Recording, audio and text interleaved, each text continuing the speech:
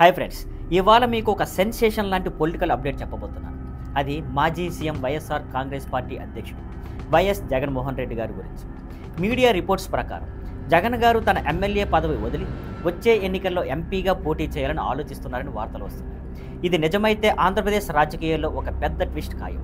ఎందుకు ఈ ఆలోచన? గత కొన్ని నెలలుగా అసెంబ్లీ సమావేశాలకు జగన్ గారు తరచుగా గైహాజరు కాని విషయం అందరికీ తెలుసు. స్పీకర్ గారు కూడా ఇటీవల ఎమ్మెల్యేలు అసెంబ్లీకి రాకపోతే జీతం కోత లేదా సస్పెన్షన్ కూడా వస్తుంది అని హెచ్చరించారు.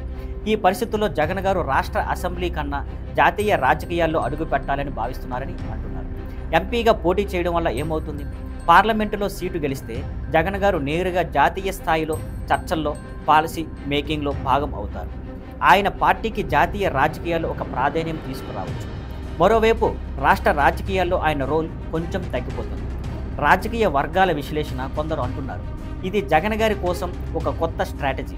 రాష్ట్రంలో ఒత్తిడి పెరుగుతుండటంతో జాతీయ స్థాయిలో తన ప్రభావం చూపాలని చూస్తున్నారు. మరికొందరు మాత్రం జగన్ గారు అసెంబ్లీ వదిలేయడం అంటే తన పార్టీ కేడర్కి నెగిటివ్ సిగ్నల్ వెళ్తుంది, ఇది రిస్క్ అవుతుంది అని అభిప్రాయపడుతున్నారు.